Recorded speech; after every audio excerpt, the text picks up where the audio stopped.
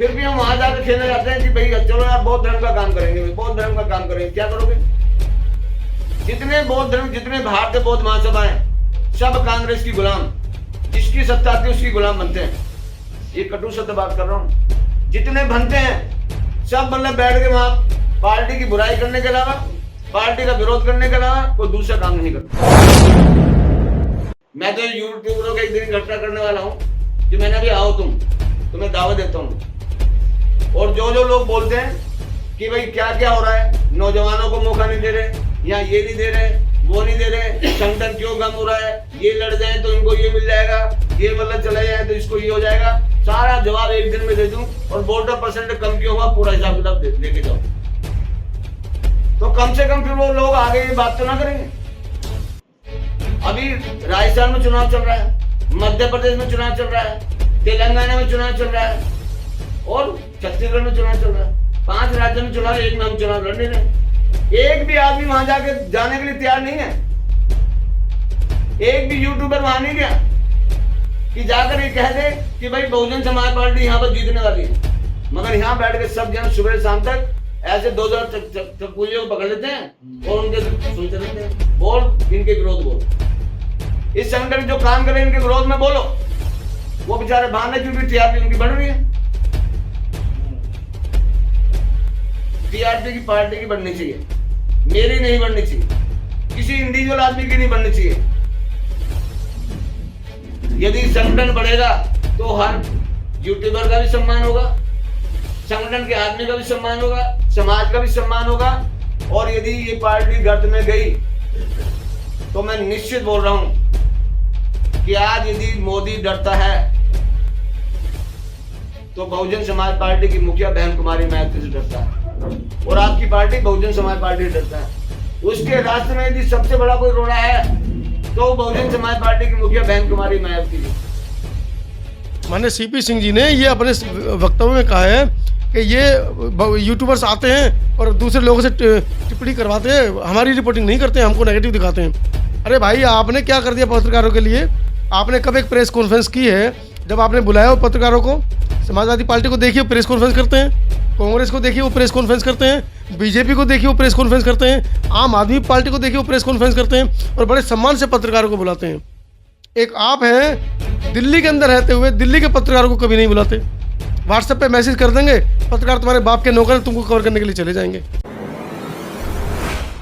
साथियों नमस्कार, मैं हूं जयराम और आप देख रहे हैं फर्स्ट टॉक। आज हमारे बीच में हैं एक ऐसे पत्रकार जो SC ST OBC माइनॉरिटी गरीब तबका जो पिछड़ा लोग हैं उनकी आवाज़ को बड़ी बुलंदी के साथ अपने यूट्यूब के माध्यम से उठाते हैं। जाना माना नाम है देश का, नाम है मनोज अंतानी। मनोज अंतानी एक ऐसे व्यक्ति हैं जिन्होंने दलित समाज के कई संगठनों को ऊपर उठाने में, यानी मीडिया के माध्यम से ऊपर उठाने में अपना बहुत बड़ा योगदान दिया है और कई संगठनों के साथ जुड़े भी हैं। जुड़े क्या हैं, कई संगठनों ने इनको जोड़ लिया अपने आप में कि मनोज अंतानी जी आप हमारे संगठनों से जुड़ जाइए। ये तो मीडिया के लोग हैं, इनका तो सारे संगठन के लिए बराबर काम करते हैं, लेकिन कई संगठन इन्होंने जोड़ लिया अपने साथ में। लेकिन पिछले दिनों गोरखपुर में जब ये एक न्यूज़ कवरेज करने गए थे अपने यूट्यूब के लिए, अपने कार्यक्रम बनाने के लिए, तो वहाँ किन कारणों से इनको जेल भेजा गया, एक तो हम उसके बारे में जानेंगे। पहले उसी के बारे में चर्चा करते हैं कि वहाँ ऐसा क्या घटित हुआ। यहाँ दिल्ली में तो पत्रकारों के घर छापे लगातार डाले जा रहे हैं केंद्र सरकार के द्वारा, ED द्वारा, लेकिन उत्तर प्रदेश में भी पत्रकारों की हालत बहुत अच्छी नहीं है। बहुत सारे पत्रकार जेल में हैं, तो ये भी जेल में कुछ दिन काट के आए हैं। तो जानते हैं वहाँ ऐसा क्या घटित हुआ और क्यों ऐसी नौबत आ गई कि इनको जेल जाना पड़ा। मनोज जी, कैसा क्या वहाँ पर हुआ? सबसे पहले तो जयराम जी आपका धन्यवाद, आपके सभी दर्शकों का धन्यवाद कि आपने अपने मंच पर मुझे जगह दी और कम से कम इस बात को जन जन तक पहुंचाने के लिए आप आगे आए। अभी तक तो मैं इंतजार कर रहा हूं कि मेरे कुछ दोस्त जो जिनको कह सकते हैं कि मैं दिन रात उनको ऊपर उठाने में, उनको आगे लगाने में, आगे बढ़ाने में, खासकर मीडिया के मेरे साथी मैं लगा रहा, लेकिन मैं इंतजार कर रहा हूँ कि वो आएँ, इस बारे में चर्चा करें मुझसे। खैर छोड़िए, उनके अपनी समस्याएं हो सकती हैं कि वो अभी तक नहीं, व्यवस्था हो सकती है, लेकिन पूरा महीना हो गया है। रही बात जैसा कि आपने पूछा कि क्या था मुद्दा, शुरू करें उससे पहले मैं ये बताऊं कि योगी राज में दलितों की, शोषितों की, पिछड़ों की बात करने का मतलब है आपको अपनी गर्दन एक ऐसे कह सकते हैं फांसी के फंदे में डालने जैसी है, जिसमें कि फंदा आपका टूटेगा नहीं, आप मरेंगे नहीं, लेकिन उसके अंदर फंसे रहेंगे, ताउम्र फंसे रहेंगे। वर्तमान में प्रशासन की क्या मजबूरियां हैं, जो सरकार का इतना दबाव वो मान रहे हैं। खासकर मैं पुलिस प्रशासन की बात करूंगा, जैसे कि गृह मंत्री जी के अंडर में जो सरकार आती है, केंद्र सरकार आती है, राज्य सरकारें आती हैं। खासकर उत्तर प्रदेश में योगी जी के संपर्क में, योगी जी के अंडर में वो लोग काम कर रहे हैं प्रशासन के। तो अंबेडकर जन मोर्चा एक संगठन है गोरखपुर के अंदर, वो पिछले 3 साल से एक मुद्दे को लेकर चल रहे हैं कि भूमिहीन परिवारों को 1 एकड़ भूमि दी जानी चाहिए। अब ये मुद्दा वो पिछले 2 साल से लगातार चला रहे हैं। इस बार पुनः उन्होंने पुनरावृत्ति की और सरकार के कानों तक बात पहुंचाने के लिए अपना मेमोरेंडम पेश किया और लोगों को आह्वान किया कि आप ज़्यादा से ज़्यादा भूमिहीन लोग आंदोलन में पहुँचें। जैसा कि श्रवण कुमार निराला जी जो मुख्य संयोजक हैं अम्बेडकर जन मोर्चा के, उन्होंने अपने साक्षात्कार में बताया कि उन्होंने 2-3 महीने पहले बाय पोस्ट अपना जो मेमोरेंडम है, जो एप्लीकेशन है, वो दे दी थी प्रशासन को कि हम आपके कमिश्नरेट में जो कमिश्नर कार्यालय है वहाँ पर एक हम प्रोटेस्ट करेंगे 10 अक्टूबर को। लेकिन सरकार की तरफ से उसका कोई जवाब नहीं दिया गया, तो इसका मतलब ये माना गया कि सरकार जो है वो राजी है। भाई अगर आपको मना करना था तो आपको एक पॉइंट देना था, एक लेटर भेजना था कि हम आपको अलाउड नहीं कर रहे, लेकिन ऐसा नहीं हुआ। 9 तारीख को कांशीराम जयंती होती है, तो मैं दिल्ली से लखनऊ पहुंचा और लखनऊ से मैं गोरखपुर पहुंचा। हालांकि इस अंबेडकर जन मोर्चा के आंदोलन के बारे में बहुत पहले से सोशल मीडिया पर खबरें चल रही थी। मैंने अंबेडकर जन मोर्चा की सीमा गौतम जी जो उत्तर प्रदेश अध्यक्ष हैं और श्रवण कुमार निराला जी का इंटरव्यू पहले भी लिया हुआ था, तो मैं उनको जानता भी था, तो उनसे फ़ोन पर संपर्क भी था। तो उन्होंने बताया था कि पिछली बार हमने 2 प्रोटेस्ट किए, लेकिन गोरखपुर की किसी भी जातिवादी मीडिया ने, मनुवादी मीडिया ने, जो जिनका दलितों से, पिछड़ों से, शोषितों से कोई वार्ता नहीं है, हो सकता है उन पत्रकारों में दलित समाज के भी रहे हो, लेकिन ज़रूर नहीं है वो अम्बेडकरवादी रहे हो, तो वो नहीं पहुंचे थे। तो उन्होंने जैसा मुझे बताया, तो उन्होंने एक आस लगाई कि दिल्ली के पत्रकारों से कि यहाँ के जो पत्रकारों में बड़ी प्रमुखता से दलितों की, शोषितों की, पिछड़ों की, माइनॉरिटी की, अल्पसंख्यकों की आवाज़ को उठाते हैं। तो हमारी उनसे बात हुई, हमने कहा 9 तारीख को लखनऊ तो आ ही रहे हैं, तो आपके पास भी आ जाएंगे। तो दिल्ली से हम लगभग 5-6 पत्रकार लोग वहाँ पहुँचे और सुबह 9, साढ़े 9 बजे जब हम वहाँ पहुँचे तो लगभग 8-9 हज़ार से ज़्यादा महिलाएं उस पार्क में थीं, कमिश्नर कार्यालय के अंदर, और प्रोटेस्ट चल रहा था। पुलिस प्रशासन जो बाहर से महिलाएं जो मेन एंट्री से अंदर कर रही थी कमिश्नरेट के अंदर, उनको रोकने में लगा हुआ था। तो जब हम वहाँ पहुँचे, हमने उस दृश्य देखा तो हमसे रहा नहीं गया। हमने सीधा जो वहाँ पर प्रशासनिक अधिकारी थे, हमने उनसे सवाल पूछा कि आप इन महिलाओं को क्यों रोक रहे हैं? क्या ये महिलाएं किसी जुर्म में हैं जो आप इनको पहचान रहे हैं, या इनके पास कोई आपत्तिजनक वस्तुएं हैं, बम है, बंदूक है, पिस्टल है? कमिश्नर कार्यालय में एक पर्चा लेकर आई हैं, अपना आवेदन लेकर ये महिलाएं आई हैं, आप इन्हें क्यों रोक रहे हैं? मैंने जब मीडिया को देखा, उन्होंने 4-5 हम मीडियाकर्मी दिल्ली से पहुंचे थे, तो मीडिया को देखकर उन्होंने तुरंत बैकफुट पर आए और सभी महिलाओं को जाने दिया गया। पहली बात तो चर्चा यहीं से शुरू हो गई कि ये लड़का कौन है जो हमसे सवाल पूछ रहा है। उसके बाद जिस समय अम्बेडकर का जन मोर्चा का जब कार्यक्रम चल रहा था, मंच चल रहा था, तो बीच में वहाँ पर कैंट थाने के थानाध्यक्ष मिश्रा जी और वहाँ पर कुछ आला अधिकारी, शायद कमिश्नर साहब के या कमिश्नर साहब ही थे, तो वो लोग खड़े हुए थे। तो मैंने उनसे फिर सवाल ये पूछ लिया कि लोग 2-2 बार आ चुके हैं, आप लोगों को 2-2 बार अपना प्रार्थना पत्र दिया है, वो दोनों आपने लंबित कर दिए, कूड़े में डाल दिए, अब तीसरी बार ये देंगे तो क्या आप उसके ऊपर कार्रवाई करेंगे? और आप लोगों को क्यों रोक रहे हैं? क्योंकि फ़ोन आ रहे थे लगातार वहाँ पर कि हमारा 3 व्हीलर रोक लिया है, क्योंकि नीले झंडे लगे हुए, नीले फटके पहने हुए लोगों ने। उसके ऊपर भी मैंने उनसे चर्चा की कि आप लोग क्यों रोक रहे हैं? दलितों का दमन करना आप लोग चाहते हैं क्या? वो भी वीडियो समता आवाज़ टीवी पर अपलोडेड है।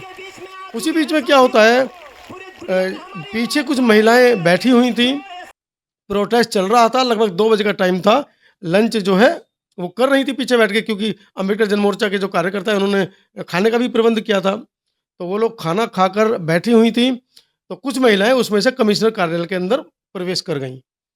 क्योंकि हम वहाँ पर थे, हम भी लंच कर रहे थे, हम भी दोपहर का टाइम था, हम भी खाना खा रहे थे, तो हमने देखा जब महिलाएं जा रही तो हम भी उनको कवर करने के लिए चल दिए। तो वहाँ पर पुलिस प्रशासन ने उनको रोकने की कोशिश की। हालांकि वीडियो जो हमारे पास मौजूद है उसमें कहीं ऐसा नहीं लग रहा है कि पुलिस प्रशासन उनको रोक रहा है। महिलाएं रोष में थी, सुबह 9 बजे से बैठी हुई थी, 2 बजे तक बैठी हुई थी। उनका लगातार ये आह्वान हो रहा था उनका कि कमिश्नर साहब आएँ हमारा ज्ञापन लें और हमें फ्री करें, हम जाएँ अपने घर को। सिर्फ इतनी सी डिमांड थी उनकी। कमिश्नर साहब 2-3 बजे तक नहीं पहुँचे, जबकि कमिश्नर साहब का ही कार्यालय था। जब वो महिलाएं कमिश्नर साहब के ऑफिस में आई तो हम लोगों ने शूटिंग शुरू की, उनसे पूछा महिलाओं से। महिलाओं ने बताया कि हम यहाँ लड़ाई झगड़े करने नहीं आए, हम तो अपना ज्ञापन देना है, कमिश्नर साहब को बुलाओ, ये आप ले लो। उसके बाद उन्होंने हमसे कहा कि भाई साहब ये आप लोग अंदर आ गए, मीडिया कर्मी शूट कर रहे हैं, तो ये महिलाएं और उग्र हो गई हैं, आप कृपया इनको बाहर ले जाएं। तो इस दरवाजे से महिलाएं घुसी थी, हम लोग शूट कर रहे थे दरवाजे के बाहर से भी और कुछ अंदर से भी शूट कर रहे थे। हमने उनको समझा बुझाकर दूसरे दरवाजे से सबको बाहर निकाल दिया। तो वहाँ पर एक अफरा तफरी का माहौल ऐसा मचा कि पुलिस प्रशासन की तरफ से ये कहा गया, अरे अरे अरे अरे अंदर घुस गए, तोड़फोड़ हो गई, ये हो गया वो। उसके बाद वो सब महिलाएं जो है वापस पार्क में आंदोलन में चली गई। इसी बीच में दिल्ली से राहुल नागपाल जी पहुंचे थे वहाँ पर। तो उनकी आईडी, जब ये महिलाओं की अफरा तफरी चल रही थी तो आईपीएस मानुष पारिक साहब ने उनकी आईडी छीन ली। जो उनकी आईडी थी, माइक वाली आईडी, वो छीन ली। और जब हम महिलाओं के साथ बाहर निकल रहे थे तो नागपाल जी ने कहा, अंतानी जी मेरी आईडी छीन ली इन्होंने। मैंने किसने छीन ली? बोले ये खड़े हैं। मैंने कहा ये तो आईपीएस फारूक साहब है। मैं गया उनके पास, मैंने कहा आप जानते हैं आपने आईडी छीनी है, क्यों छीनी है आपने आईडी? बोले इनकी वो चाहिए आईडी। मैंने कहा पत्रकार की आईडी तो यही है माइक, आप आईडी का किससे मतलब समझते हैं? आपको प्रिंट चाहिए, क्या चाहिए, प्रेस कार्ड चाहिए, क्या चाहिए आपको? और आप जानते हैं आपने किसकी आईडी छीनी है? वर्ष का सर्वश्रेष्ठ पत्रकार होने का इनको अवार्ड मिल चुका है, आपने ऐसे पत्रकार की आईडी छीन ली। तो उन्हें लगा कि यार मुझसे गलती हो गई है। उन्होंने तुरंत आईडी मंगाई, राहुल नागपाल जी को आईडी उन्होंने दे दी।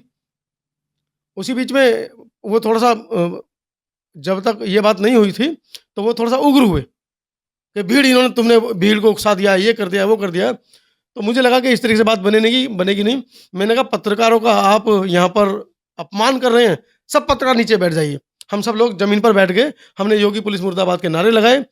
जब ये प्रकरण चला 1-2 मिनट, तो उसके बाद उन्हें लगा कि मुझसे गलती हो गई, उन्होंने तुरंत आईडी मंगाई, राहुल नागपाल जी से माफ़ी मांगी। तीसरा प्रकरण ये हो गया, उनको लगा कि 3-3 बार हमारी अवहेलना हो गई है, हमारा कहीं ना कहीं अपमान हुआ है, वो उसको पर्सनल ले गए।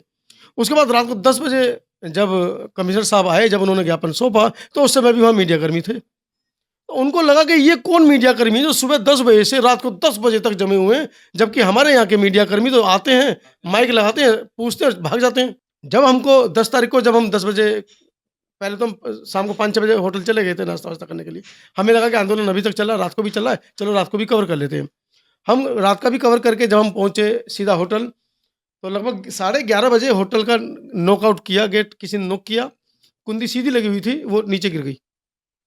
कुंडी लगी हुई नहीं थी, अपने आप कुंडी नीचे गिर गई। तो गेट खुला, हमारी आंखें खुली, कौन है भाई? आए लगभग 15-16 पुलिसकर्मी थे, 2-3 लेडीज पुलिसकर्मी थी उसमें। उन्होंने कहा सर आपसे ज़रा कुछ बातचीत करनी है। मैंने किस सिलसिले में? लाइट जलाई। हमने कहा हम 3 पत्रकार हैं, यहाँ होटल का रूम है, यहाँ पे कोई अवैध काम तो हो नहीं रहा है। हम समझ नहीं पाए थे तब तक ये उस प्रकरण में हमको लेने आए हैं। हमने अपनी आईडी दिखाई तो उन्होंने देखा पत्रकार, मेरे साथ रमेश चंद्र थे भारती जी, उनका भी पत्रकार की आईडी, मेरे साथ संतोष अम्बेश थे, उनकी भी पत्रकार की आईडी। तीनों की पत्रकार की आईडी देखी, वो बाहर निकले, उन्होंने फ़ोन करके बताया कि इस तरीके से 3 पत्रकार हैं और ये हैं। तो उसमें क्योंकि हमारे दोपहर में फ़ोटो खींच चुके थे, वीडियो बन चुकी थी, तो उनके पास सबूत थे कि ये लड़का ज़रूर चाहिए, चश्मे वाला, इसको ज़रूर लाओ। जब उन्होंने हमारी आईडी का फ़ोटो खींच के भेजा, बोले हाँ ले आओ। तो हम तीनों को रात को ही 10 बजे ले जाकर साढ़े 11-12 बजे के बीच में कैंट थाना ले जाया गया। वहाँ पर हम लोग इंतजार करते हैं। उसके बाद लगभग 2:30 बजे दिल्ली से डॉक्टर रामू सिद्धार्थ, और रामू सिद्धार्थ हमसे पहले वहाँ बैठे हुए थे, उनको भी होटल से उठाया गया था 10 तारीख की रात को ही।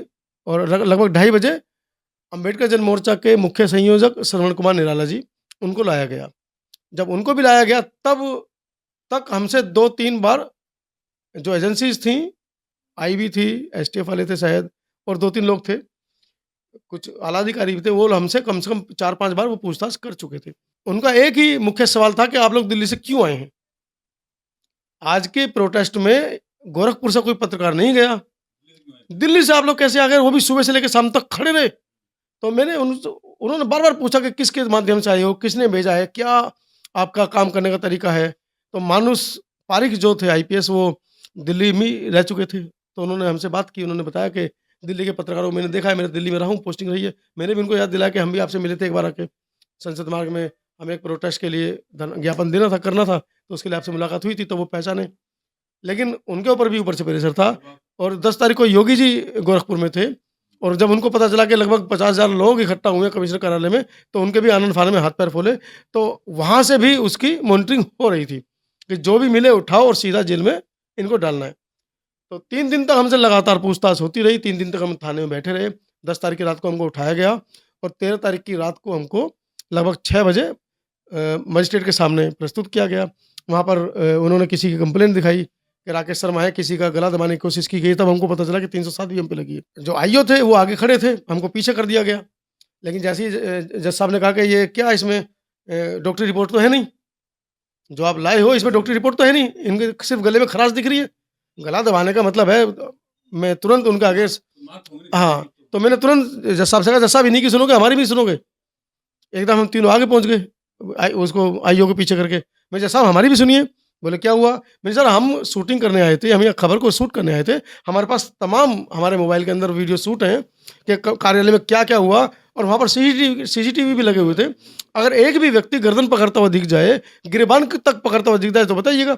और आप मुझे ये बताइए कि 12-13 लोग इसी कंप्लेंट को के आधार पर जेल भेजे जा चुके हैं, और 3 हम अब जाने वाले हैं। तो क्या आपको लगता है कि 12-13 आदमी अगर किसी एक व्यक्ति का गला दबा रहे होंगे तो वो अस्पताल जाएगा या शमशान जाएगा? और हमारी मंशा अपना ज्ञापन देने की थी, और हम अम्बेडकराइज़ लोग हैं।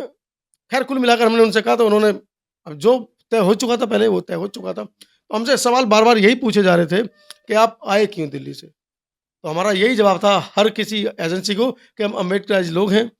व्हाट्सएप पे, सोशल मीडिया पे, फेसबुक पे जहाँ कहीं भी बाबा साहब की फ़ोटो लगा हुआ कोई पोस्ट हमको दिख जाती है, तो हम स्वयं उठकर पहुँच जाते हैं। और रही खर्चे की बात, 200-250 रुपए का जनरल का टिकट आता है, रात को बैठो, सुबह को उतर जाओ, शाम को बैठो, वापस चले जाओ। आप जेल गए, इतने दिन जेल में रहे। जी। लगभग कितने दिन जेल में रहे आप? 23 दिन। 23 दिन जेल में। जी।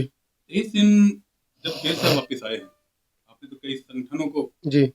अपने सोशल मीडिया के माध्यम से कहाँ से कहाँ पहुँचा दिया। कई संगठन ऐसे हैं, कई संगठन ऐसे भी हैं जिन्होंने आपको अपने यहाँ पद भी दिया हुआ है, जी। आप उनसे जुड़े भी हैं। बिल्कुल। लेकिन हम दिल्ली में थे, हमने देखा कि कोई भी संगठन, खासकर दिल्ली एनसीआर में, तो 100% संगठन आपको जानते हैं, कोई भी संगठन का व्यक्ति सड़क पे नहीं रहा। उसके पीछे क्या वजह मानते हैं?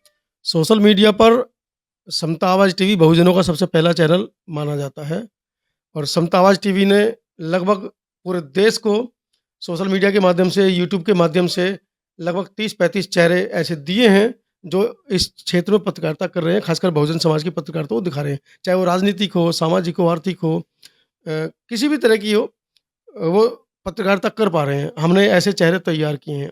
लेकिन बड़ा दुःख हुआ, जैसा कि आपने कहा कि संगठनों के पदाधिकारी भी हैं।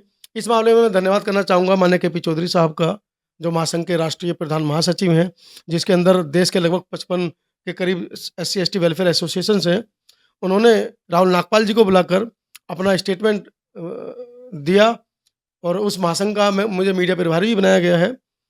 वो जेल जाने के बाद कितने दिन बाद उन्हें अपना ये दिया? तीसरे चौथे दिन उन्होंने दे दिया था। उसके बाद दीदी निर्देश का भी मैं धन्यवाद करना चाहूँगा कि उन्होंने प्रेस कॉन्फ्रेंस की इस मामले में। उसके बाद मैं राजेंद्रपाल गौतम जी का भी धन्यवाद करूँगा कि वो रितु जो दिल्ली विश्वविद्यालय में प्रोटेस्ट पे बैठी अपने न्याय की मांग कर रही हैं, उनके प्रोटेस्ट में पूर्व सांसद और वर्तमान में विधायक माननीय राजेंद्रपाल गौतम जी ने भी बयान रखा। हालाँकि रितु जी उस ओर ध्यान नहीं दे पाईं।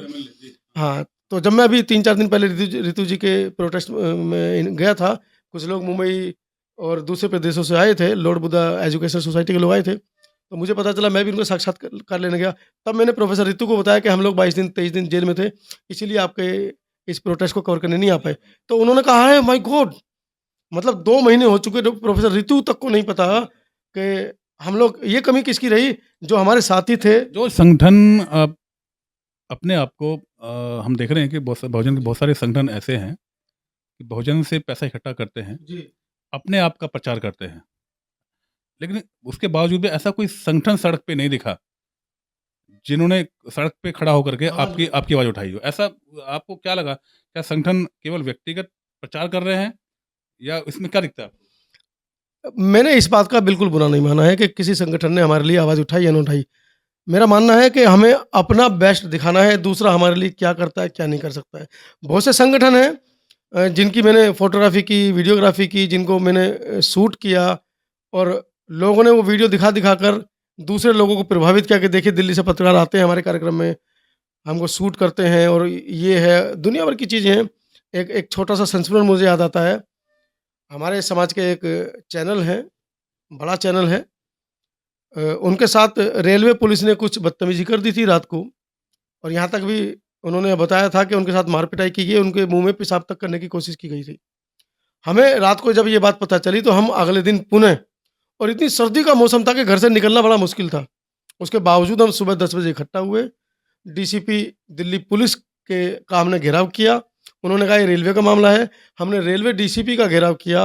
उन्होंने तुरंत 4 पुलिसकर्मियों को ऑन द स्पॉट सस्पेंड कर दिया। ये बड़ी खबर थी उस दिन के लिए। हमने तमाम सारी मीडिया ने इस खबर को दिखाया था। मुझे बड़े दुःख के साथ ये कहना पड़ रहा है कि जब दीदी निर्देश की प्रेस कॉन्फ्रेंस हुई, तो उस चैनल की आईडी वहाँ पर रखी हुई थी, लेकिन अभी तक भी उस चैनल ने हमारे लिए आवाज़ नहीं उठाई। तो मैंने कोई बुरा नहीं माना है। मैं उसकी परिस्थितियों में उसके साथ खड़ा रहा।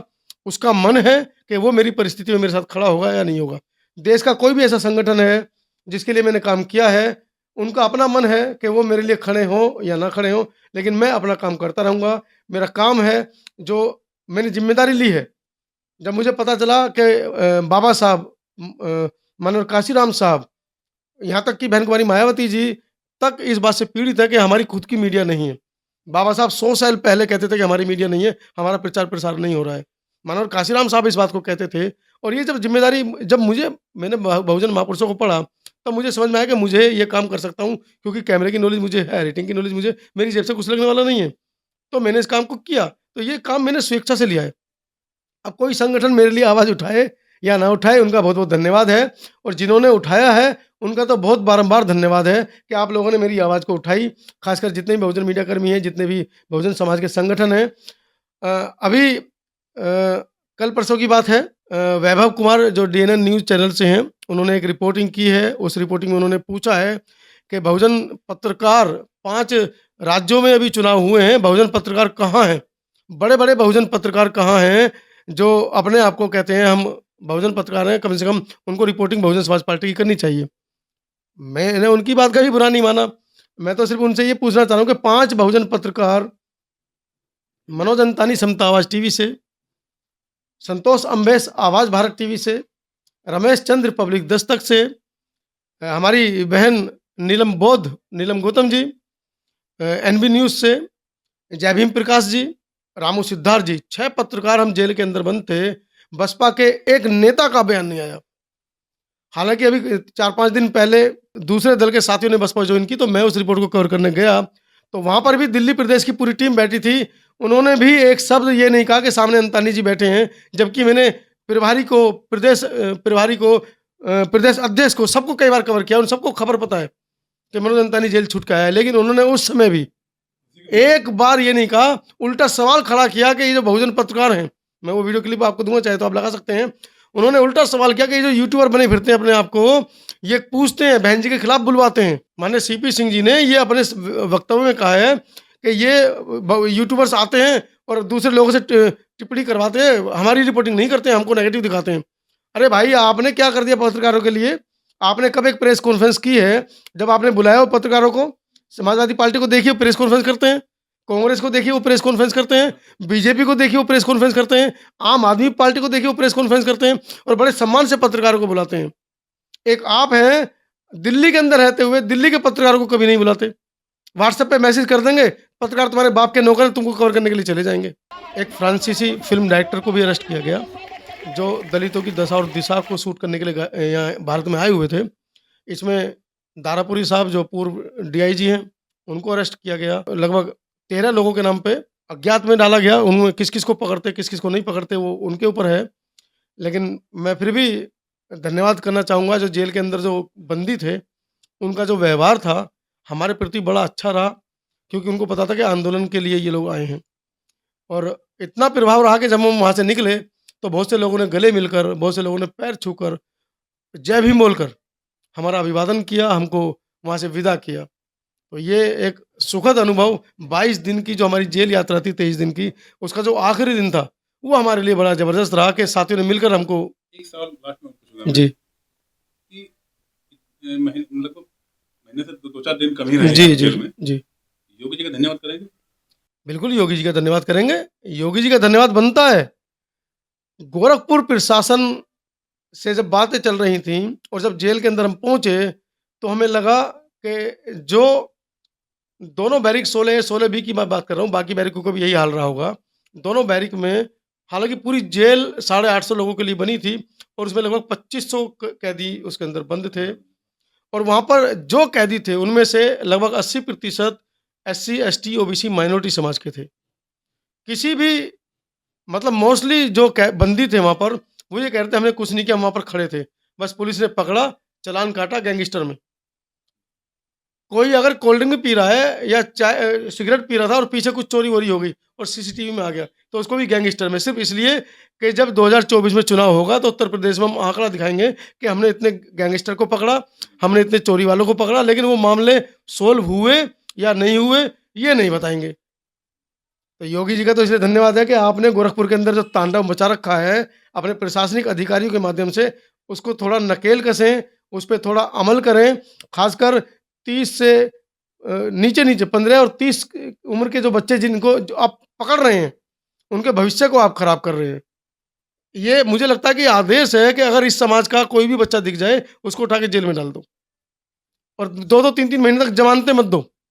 ये मामला है। बहुत धन्यवाद मनोज जी। तो मनोज जी का साफ कहना है कि योगी जी से भी रिक्वेस्ट भी है कि खासकर युवाओं का भविष्य जो बर्बाद कर रहे हैं, उनके प्रशासन द्वारा जो बर्बाद किया जा रहा है, उनकी सेफ्टी करें, उनको बचाएं कि वो उनका भविष्य खराब ना हो। दूसरी बात, थोड़ा दुख भी है इनको कि जिन संगठनों के लिए लगातार मनोज जी आवाज़ उठा रहे हैं, उठाते आए हैं और कह भी रहेंगे, उठाते भी रहेंगे, उनका काम वो जाने, हमारा जो काम है वो हम करते रहेंगे। लेकिन हम उस संगठनों से ज़रूर ये बात कहेंगे कि बहुत सारे संगठन, मैंने भी देखे हैं ऐसे संगठन कि जिनको मनोज अंतानी ने और कई सारे पत्रकार हैं, बहुत नीचे से ऊपर तक पहुंचा दिया है। आज वो संगठन इनके जेल जाने के बाद इनसे कन्नी काट गए हैं। इनकी आवाज़ तक उन्होंने अपने मंच से उठाने की कोशिश नहीं की। दिल्ली NCR में खासकर मनोज अंतानी का जाना पहचाना नाम है। शायद कोई संगठन ऐसा हो या कोई बहुजन नेता ऐसा हो जिनको नहीं जानता है, लेकिन एक भी संगठन सड़क पर खड़ा नहीं हुआ इनकी आवाज़ को बुलंद करने के लिए सरकार के खिलाफ। तमाम संगठन केवल मैं तो यही कहूँगा कि अपने व्यक्तिगत तौर पर अपने व्यक्तित्व को चमकाने के लिए ही संगठन बना के बैठे हुए हैं। वो बहुजन की आवाज़ कितनी उठा रहे हैं ये आपको सोचना है। तो आज के कार्यक्रम में इतना ही, फिर चर्चा करेंगे एक और किसी नए दलित पत्रकार के साथ। तब तक के लिए नमस्कार। सभी का धन्यवाद, नमस्कार। खासकर जयराम जी आपका धन्यवाद और आपके दर्शकों से एक विनती है, हमें अपने संगठनों से कोई उम्मीद नहीं है, ना राजनीतिक से, ना सामाजिक से, किसी संगठन से हमें कोई उम्मीद नहीं है। हमें उम्मीद आप लोगों से है। आप चैनल को सब्सक्राइब करें, लाइक करें और खबर को अपने दोस्तों तक, अपने ग्रुपों तक शेयर ज़रूर करें, जिससे कि जयराम जी जैसे पत्रकार साथी, हमारे जैसे पत्रकार साथी जो सड़कों पर आपके समाज की आवाज़, आपकी बहन बेटियों की आवाज़, आपके शोषण की आवाज़ को उठा रहे हैं, कम से कम उनको जो सहायता, सहयोग यूट्यूब से मिलनी चाहिए वो मिले।